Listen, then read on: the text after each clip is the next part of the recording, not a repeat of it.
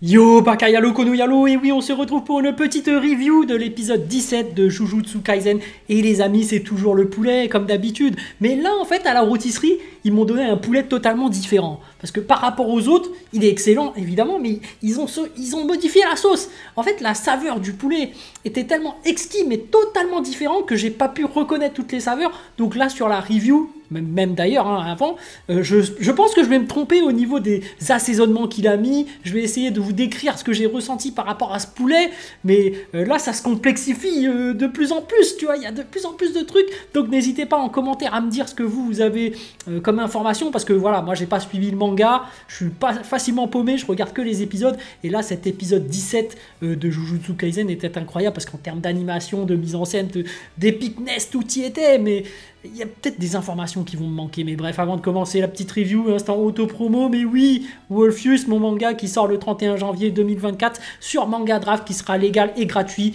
donc voilà, n'hésite pas à te faire plaisir lorsqu'il sortira, mais en attendant, petite review de l'épisode 17 de Jujutsu Kaisen. Donc déjà le début, on a Itadori qui a un petit flashback, premier épisode qu'on avait vu de Jujutsu Kaisen avec son grand-père qui lui dit, voilà, t'es quelqu'un qui est censé être gentil, qui est censé aider les gens. Ça, au début, tu dis... Moi, ça m'a mis direct le goût à la bouche pour te dire, ah, il va se passer une dinguerie. Là, Itadori, il va détruire des gens, il va détruire quelque chose, mais je m'attendais pas à ce qu'il détruise toute la ville. Là, j'ai fait, ah, quoi? À la fin de l'épisode, tu fais, ah, c'est quoi ça? C'est quoi? Bref. On va commencer l'épisode évidemment, hein, parce que ça, c'était le petit petit aperçu avant-goût, tu vois. C'était l'entrée, mais là, direct plat de résistance. Donc, on a direct Megumi qui se faisait pourchasser par l'autre avec sa main, la chose de la famille Adams, là. Et au final, on sait d'où vient la créature blanche. Donc, j'avais fait une théorie comme quoi ça serait Yuta du film Jujutsu Kaisen 0. Mais en fait, je me suis totalement gouré. Voilà, j'ai pas vu le manga, je me permets de faire des théories farfelues. Il y en a qui devaient se marrer, ils disaient, bah, il raconte de la merde. Bah non, en fait, ça venait de Megumi. En fait, on apprend par rapport à Megumi et de ses ancêtres, les Zenin. Donc, on voyait que forcément, les Zenin, c'est un clan très réputé. Il y a Gojo qui leur disait, oui, mais avant, dans le passé, il y a plusieurs années avant, plusieurs centaines d'années, 200, 300, je sais plus, des millénaires, ou je ne sais pas plus combien d'années, ils ont dit, les ancêtres, les gros chefs de clan s'étaient combattus, et il se figure qu'il y en avait un qui était comme moi. C'est-à-dire qu'il avait le sixième œil, donc il avait certainement cette capacité de pouvoir ralentir les éléments, et en plus de faire avec l'énergie occulte bleu, rouge et violet. Donc ça veut dire que c'était vraiment quelqu'un de quasiment invincible, hein, quelqu'un d'extrêmement puissant. Et il disait que le chef des Zenin, en fait, il arrivait à rivaliser avec lui, et lui, il avait à peu près les mêmes pouvoirs que toi, Megumi. Donc ça te dit, ah ouais, d'accord, Megumi, en fait, son pouvoir d'invocation... s'il est capable de rivaliser avec le pouvoir de Gojo, qui est censé être l'être ultime, ça veut dire qu'en fait Megumi a un potentiel immense, capable carrément de surpasser Gojo. Donc ça veut dire qu'il serait peut-être capable d'invoquer une créature encore plus puissante que Gojo lui-même. Et d'ailleurs c'est même pour ça que Sukuna ne veut pas tuer Megumi. Et on se demande même pour quelle raison. Donc on ne sait pas, ils ne nous ont pas divulgué, moi j'ai pas vu l'animé, j'ai vu l'animé pardon, mais je regarde pas le manga. Mais là, on peut présupposer théorie évidente, a priori simpliste, mais peut-être que ça va pas être ça, mais Megumi, peut-être que plus tard, pourra invoquer Sukuna et le faire ressusciter pour de vrai. Donc voilà, bon, c'est une théorie qui m'a l'air assez simple, je pense pas que ce soit juste ça, mais bon, on peut se dire que peut-être qu'avec le sort inversé, si jamais Megumi, au bout d'un moment, maîtrise le sort inversé, à la place de faire des invocations, bah, ça fait, je sais pas c'est quoi l'inverse d'invocation. Normalement, c'est censé faire disparaître des gens. Et peut-être que si tu fais disparaître Sukuna, du coup, ça pourra peut-être lui permettre de réellement se réincarner, parce qu'on sait que les fléaux se réincarnent. Du coup, il aura une véritable résurrection comme ça. Parce que peut-être qu'il y a un sceau maudit qui l'empêche de vraiment ressusciter. Et en réalité, c'est le seul qui peut vraiment le tuer. Avec un sort inversé, bah, ce serait Megumi. Tu vois, un vrai meurtre, parce qu'apparemment, on ne pourrait pas tuer Sukuna dans ce monde, pour lui permettre de... Enfin, ouais, bref, ça c'est une hypothèse. Donc, tu vois, moi, quand je dis que Megumi est capable, théorie évidemment, de ressusciter Sukuna, c'est pas de l'invoquer, c'est de le tuer pour le réinvoquer. Enfin bref, je me suis compris, mais ça peut être flou ce que je dis. Mais évidemment, j'ai pas vu la suite, je sais pas vraiment. Mais bref, en fait, on apprend que, voilà, Megumi, c'est lui qui a invoqué le truc blanc. Donc c'était pas Yuta, je me suis trompé. Voilà, ça arrive. Donc il a fait exprès de ramper et d'être en sang jusqu'au milieu de la route. Et donc il a continué à raconter sa vie. Ça devait certainement faire partie du rituel d'expliquer comment fonctionne son sort. Ou du moins pour nous expliquer à nous. Peut-être que c'était une condition pour invoquer ce général, je sais plus comment il s'appelle, bref, j'ai oublié son nom. Makoto, non, Makoto, c'est c'est celui qui fait les montages pour moi. C'est un truc qui ressemblait à Makoto, mais je sais plus c'était quoi. Bref, Mokata, bah, bref, je cherche plus à comprendre.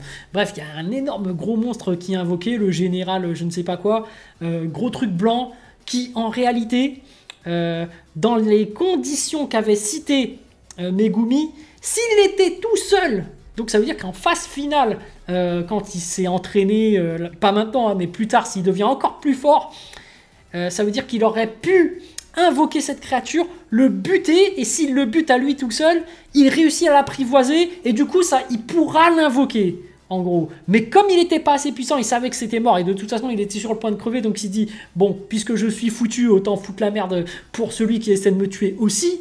Il s'est dit, bah écoute, je t'embarque dans mon rituel. En fait, dans son rituel, il peut ramener des gens. Mais s'il ramène des gens, bah s'il bute le familier qui est dedans, bah le familier, il ne pourra pas être apprivoisé. Donc ça perd de temps, en fait. Tu le combats, mais sans pouvoir le prendre, au final, il n'y a pas d'intérêt.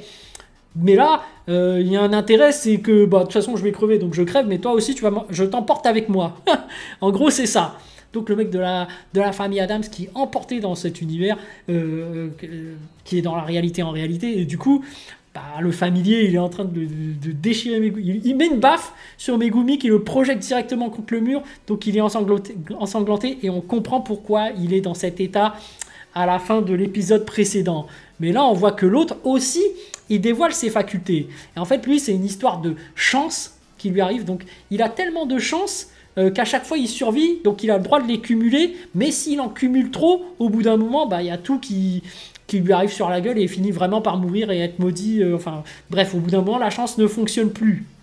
D'ailleurs, on apprend que plus tard qu'il finit par crever parce que, à cause de Nanami, parce que Nanami, on voyait qu'il avait le seum contre lui, il a tellement tabassé, normalement, il devait mourir à plusieurs reprises, qu'en fait, c'est Nanami qui a épuisé son stock de chance, de survie. Alors là, voilà. Donc, mais là, en l'occurrence, il arrive à survivre parce que Sukuna arrive. Donc, coup de chance, hein, tu vois, la chance sourit grâce à sa faculté, parce qu'il aurait pu, Sukuna aurait pu très bien arriver plus tard, après sa mort, tu vois. Mais non, il arrive pile poil au bon moment pour le sauver. En plus, Sukuna, d'habitude, des fois, il peut tuer des gens, mais il est plus genre pour s'amuser, tu vois, parce qu'il sent sa supériorité, donc il ne l'a pas tué. On ne sait pas au niveau de sa chance à quel point c'est réduit. Et d'ailleurs, ils disent qu'il y a un marquage au niveau de son visage, de ce personnage de la famille Adams, qui apparaît quand il consomme son sort inné. Mais du coup, il faudrait regarder les épisodes précédents pour savoir à quel moment il les a utilisés. Bon, en vrai, c'est intéressant dans Jujutsu Kaisen parce que en fait, tu comprends plus tard les facultés, comment ça marche. D'ailleurs, là, on ne comprend pas totalement comment marche le sort de Sukuna, mais ils nous dévoilent peu à peu comment ça se passe. Et peut-être que plus tard, ils nous dévoileront vraiment comment ça fait la totalité de tous ces pouvoirs. Mais là, j'ai l'impression qu'ils ne nous ont pas tout dit. Et moi, je me pose encore des questions, notamment les flammes. Mais bref, on va y revenir. Mais là, on comprend effectivement les pouvoirs de celui de la famille Adams. Et finalement, c'est Sukuna qui prend la relève. Et il y a un gros combat incroyable qui arrive contre ce général, je ne sais pas quoi, qui est tout blanc. J'ai oublié son nom, mais bref. Un gros monstre capable de mettre des patates de forain, capable de détruire des bâtiments entiers. Le mec, c'est une brute sans cervelle, mais en réalité, il est super balèze. Et déjà, là, le début, c'était incroyable. Sukuna qui commence à combattre, et là, dès qu'il le découpe, il cite le nom de son sort. Donc ça y est, c'est officiel. On sait que le sort de Sukuna, c'est de couper l'autre. Et même après, on aura d'autres informations par rapport à son sort. Mais c'était marrant, la mise en scène du début, quand il commence à combattre, et Sukuna qui commence déjà à se découper, et puis après il revient, et il est avec un peu de popcorn. Il s'est dit, bon, bah, c'est cool, je mange mon popcorn, mais ce qui veut dire qu'il est très confiant en lui, et surtout, il observe. parce qu'il a son popcorn et il observe la faculté de l'autre, parce qu'il sait quand l'autre en face est très fort, et on sait que dans Jujutsu Kaisen, comme il y a des facultés innées, et la clé du combat est de comprendre comment fonctionne le pouvoir de l'autre pour pouvoir le battre, et c'est ce que fait Sukuna. En fait, Sukuna, il est super intelligent, il est super stratégique, et c'est ça qui va faire qu'il va gagner, parce qu'il va analyser le pouvoir de l'autre, même si en réalité il a un pouvoir extrêmement cheaté. Et on sait très bien que l'extension de territoire est un pouvoir tout aussi cheaté qui te permet de gagner assez rapidement les combats. Mais je pense que c'est, tu vois, ça consomme en termes d'énergie occulte. Donc c'est pour ça qu'ils n'utilisent pas directement. Et surtout, vous allez voir qu'il y a une condition spéciale, parce que tout ce qui est dans la zone, attention, ça peut prendre très cher. Donc ça, à mon avis, ça doit consommer énormément en énergie occulte, ce qui permet à Itadori de reprendre le contrôle, à mon avis. Mais bref, pour qu'il puisse se réveiller. Mais bon, le combat s'intensifie, et il y a un énorme combat. On voit que Sukuna lui met des découpes. Donc on voit que au fur et à mesure, il commence à le découper, à lui mettre des coups, et que l'autre, malgré les égratignures qu'il a, parce que moi j'appelle ça des égratignures, parce qu'on dirait que ça ne lui fait aucun effet. C'est une brute, il a énormément de cicatrices, mais au final, on voit que finalement ça se régénère. Donc le combat se poursuit, donc Sukuna, pendant ce temps-là, pendant tout le combat, il analyse le combat, et on apprend qu'en fait, il y a une roue qui est au-dessus de ce général tout blanc, qui fait que quand ça tourne, au bout d'un moment, son corps, en fait, il est capable de se régénérer, et en plus, il est capable de s'adapter à l'environnement. Ça veut dire que tes coups de coupe de lacéré, là, ça marche plus. Donc cet ennemi est vraiment très puissant. Surtout qu'en plus, au début, on apprenait qu'il avait une lame en sort inversé, donc d'énergie occulte positive, qui fait que, en réalité, si Sukuna était sous forme d'un fléau, donc sous son véritable corps, il aurait pris encore plus cher, parce que vu qu'il est humain là, il a pu résister. Mais on a pu voir aussi que Sukuna, voilà, sous sa forme Itadori, c'est un truc incroyable. À un moment donné, il y a une scène incroyable où l'autre arrive pour lui mettre un coup de lame, et lui, tu sais, comme tu as des bouches un peu partout de Sukuna sur son corps, c'est avec une de ses bouches qu'il attrape l'épée et qu'il la casse. J'ai fait, ah, ça c'est bien joué. Putain, ça c'est incroyable. Ces mises en scène là, ces combats, ces chorégraphies de combat sont juste énormes. Mais lors du combat, on voit que Sukuna utilise beaucoup de stratégies également pour combattre son adversaire, notamment à un moment donné, il arrive vraiment à le coincer en dessous d'une piscine, et il utilise même l'électricité pour des fils pour pouvoir l'électrocuter. Donc tu vois qu'il utilise même des éléments de l'environnement pour pouvoir mettre à mal son ennemi, et pour finalement analyser quel est son point faible. Et tu vois que l'adversaire, il s'en sort très bien en fait, parce que même à un moment donné, il arrive à envoyer un train sur Sukuna, et même Sukuna lui dit à un moment donné, ah, tu m'as eu, mine de rien, t'es très fort. Donc c'est vraiment un combat très serré, et c'est pas pour rien que Megumi a invoqué ce monstre là. C'est qu'il s'est dit que voilà, lui, il a une capacité, une force incroyable. Je ne suis même pas capable actuellement de le dompter, d'en faire mon animal domestique, d'en faire mon invocation. Donc je l'invoque, bon, de toute façon c'est foutu. Et donc, en fait, Megumi, il avait l'intention de foutre la merde. Hein. Il s'est dit, bon, de toute façon, je vais crever. Mais lui, il va foutre la merde. Mais je vais emporter au moins le mec de la famille Adams. La chose, donc voilà. Mais on voit vraiment que sur la fin, t'as Sukuna qui déploie son extension de territoire, parce que finalement c'est l'attaque la plus puissante des exorcistes, on va dire. Hein. Donc voilà, lui c'est l'hôtel démoniaque. Donc à l'intérieur de cet hôtel démoniaque, déjà, je crois que il définit en fait une superficie qui se limite à 300 mètres. Donc en réalité, si tu es à l'extrémité de sa superficie, donc à 300 mètres, tu peux facilement sortir, parce qu'il n'y a pas de... Il n'y a pas de frontière en fait. Chez lui, c'est vraiment, hop, tu sors et t'es hors de son territoire. Par contre, si t'es à l'intérieur, tu vas manger cher. Et c'est ça le truc. En gros, s'il déclenche son extension de territoire juste à côté de toi, bonne chance. Pour t'enfuir, il faut faire les 300 mètres. Mais comme il tient absolument à garder Megumi en vie, alors on ne sait vraiment pas pourquoi, hein, comme je l'ai dit, hein, Megumi va certainement... permettre à Sukuna de ressusciter à un moment donné, hein, forcément. Donc, il a décidé de réduire son extension de territoire à 40 mètres ou 100 mètres, je ne sais plus combien, mais bref. Et à l'intérieur de ce territoire, c'est impressionnant, parce qu'ils vont nous dire que le pouvoir de base, en fait, de Sukuna, il en a deux. Donc, il y en a un, c'est de lacérer, de découper les exorcistes. Donc ok. Et l'autre, c'est de découper tout ce qui n'est pas exorciste. En gros, tout ce qui a... Enfin, pardon.